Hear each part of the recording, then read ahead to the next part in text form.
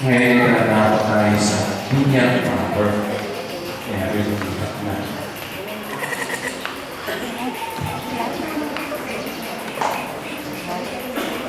Mga kapatid, halilang lumuhog sa Diyos na nagkakaroon ng kanyang buhay sa mga sumasampalataya at nagpapabigyan upang ang kanyang paglubog at pagtiga ay may dulot ng tubig na kustos ng kanyang kapastas. Manalangin ka. Ama naming maawain, tinabukal mo sa binyag ay buhay para sa mga maamin sa inyong sambayan. Kapuri-puri ka ngayon at kailanman. Pakinggan. Kapuri-puri ka ngayon at kailanman.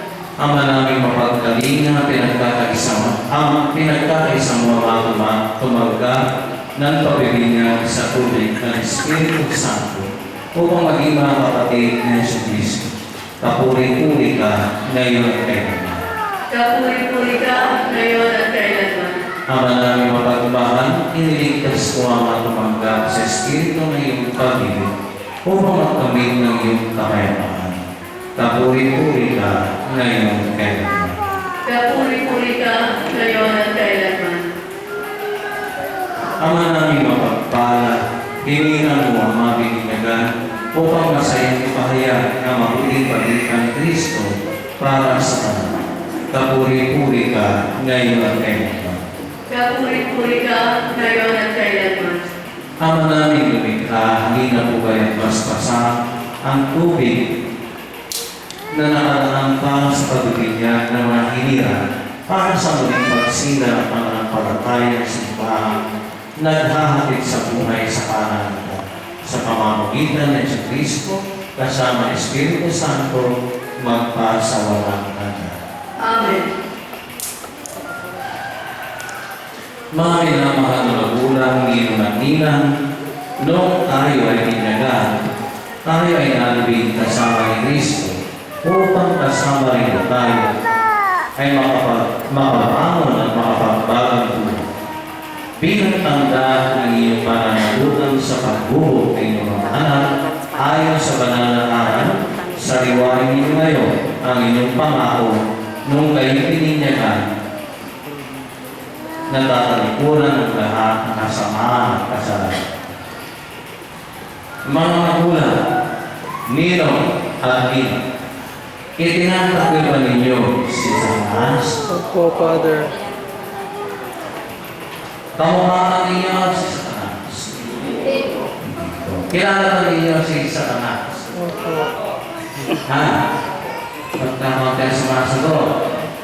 Kakampi ba niya ang Satanas? Hindi po. Ito. Kasi siya ang nagdulot ng kaguluhan. Kalaban ng Diyos. Kaya dapat naman tayo kumakampi kay Lord. Kaya kalaban natin ang Satanas. Okay? So, itinatakbil ba ninyo ang kanyang mga gawain? Opo. Ha? Opo. Hindi ba yung pwede ko pala sa kanya? Itinatakbil ba ninyo ang kanyang pang-aaking? Opo, Father. Gusto mo ba kayo? Okay, gusto mo. Oh. Akala hindi ko nakapansin niya.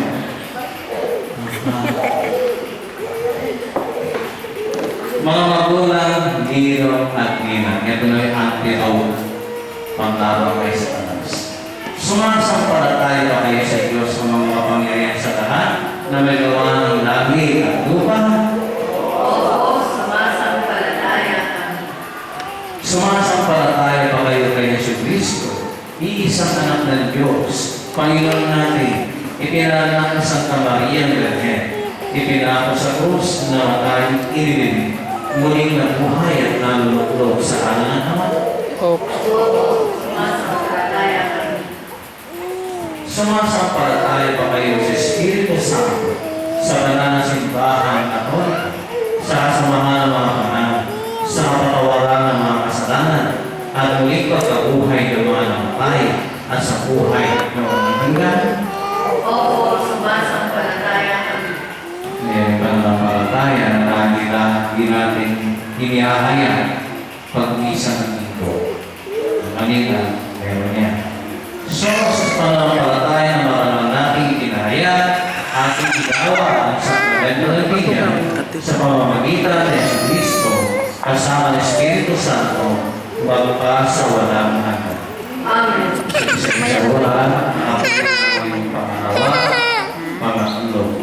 So yung isa, di ba makakapag. Okay?